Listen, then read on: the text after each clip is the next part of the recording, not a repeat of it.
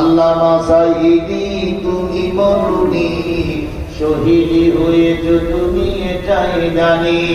কারাগারে কাটালে 13টি বছর, পাপি খেপেছে তোমার দেখে থর থর।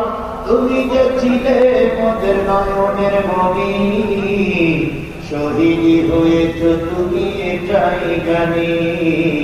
আল্লামা সাইদি তুমি মরুনি, শহীদ হয়েছ তুমি এটাই জানি।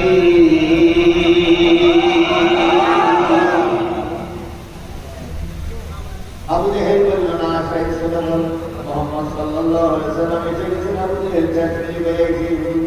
ও আপনি শেষ জামানার নবী বলে দাবি করতেছেন? আপনি কোন বিশ্ববিদ্যালয়ে পড়েছেন?